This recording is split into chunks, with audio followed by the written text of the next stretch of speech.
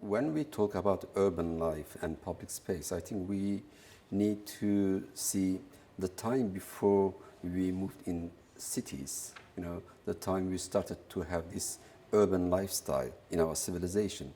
We can compare it easily with a lifestyle in village. In a village, that means 50 or 100 families, place, everybody knows everyone. Everybody knows everyone's need and their character, their history, their temper. But in the city, that means it's a place of people that you don't know. You don't know their history. You don't know their temper. You don't know their need. That means you have to be ready to meet always with new people, new things. That's the main attitude of people in big cities, that we should be prepared. That means you have to be open to see new people, and also you have to make yourself present to other people in every sense. There we can use the first word as diversity, and meeting people that different from you. This is something against the idea of that traditional nationalism, because in nationalist tradition they always say that you are part of a bigger family.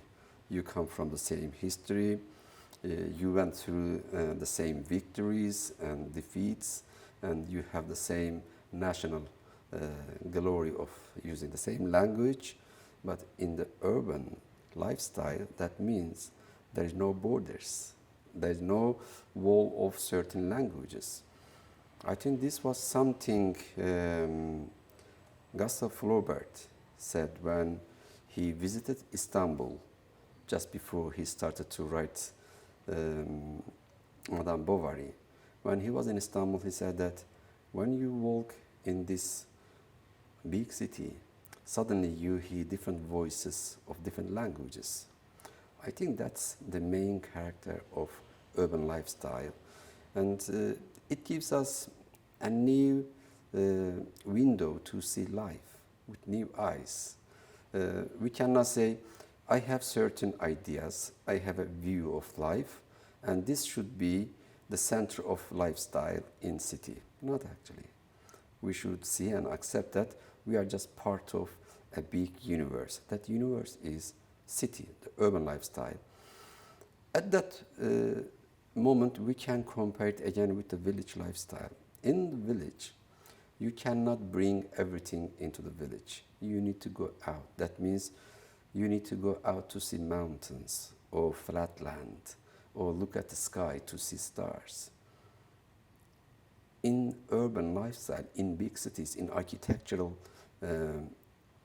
way, we bring the whole universe into the city. We don't look at the stars anymore because we have street lights at nights. We don't see mountains because we have very tall buildings. We don't need rivers because we have river-like streets. In that sense, I think a city is impersonating nature. It is recreating in a different form and bringing it to our daily life. So if we appreciate these characteristics of city as a new physical place of life, and also a new meeting place of diverse people, cultures, languages, then we can appreciate it much better. Istanbul is, for myself, a place that people always come to meet. In Bosphorus Straits, a sea that divides Istanbul, people always like to say that some part is Europe, the other part is Asia. That means that the meeting point of two continents or two different lifestyles. But I'd like to see the other thing. In the Bosphorus, the current of the water comes on the surface from Black Sea towards down. But underneath, the current goes other way. That means the same sea, but two different currents, and they meet and they are together. I think that's the meaning of Istanbul. Oh, that's the meaning of a big metropole. Different things, and rather than seeing the meeting point of two different continents, seeing different currents that invisible. We don't see it at first sight, but we have to realize that there is a different vibe in this life. We should be ready. In one street you can see paradise, in the other street you can see hell, but they are next to each other in the same city. I can say this is the main characteristic of Istanbul that I feel. I think I can mention many cities, not only Istanbul, my home city Ankara, or then the place that I lived for many years, London and Cambridge. All those places, I think, more or less giving me a feeling that when you go out, go to marketplace, go to downtown, every day you hear some new voices, some new sounds.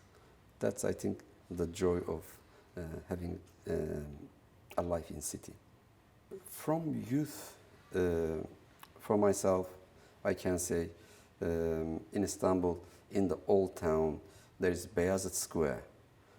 It's the place where my university was, where I studied, where I got involved with all student activities. You know, we met new people for the first time from different cities. Still, whenever I go to Istanbul, I go and visit that place. Of course, the face of the square or the neighborhood's changing all the time, but the feeling is always the same.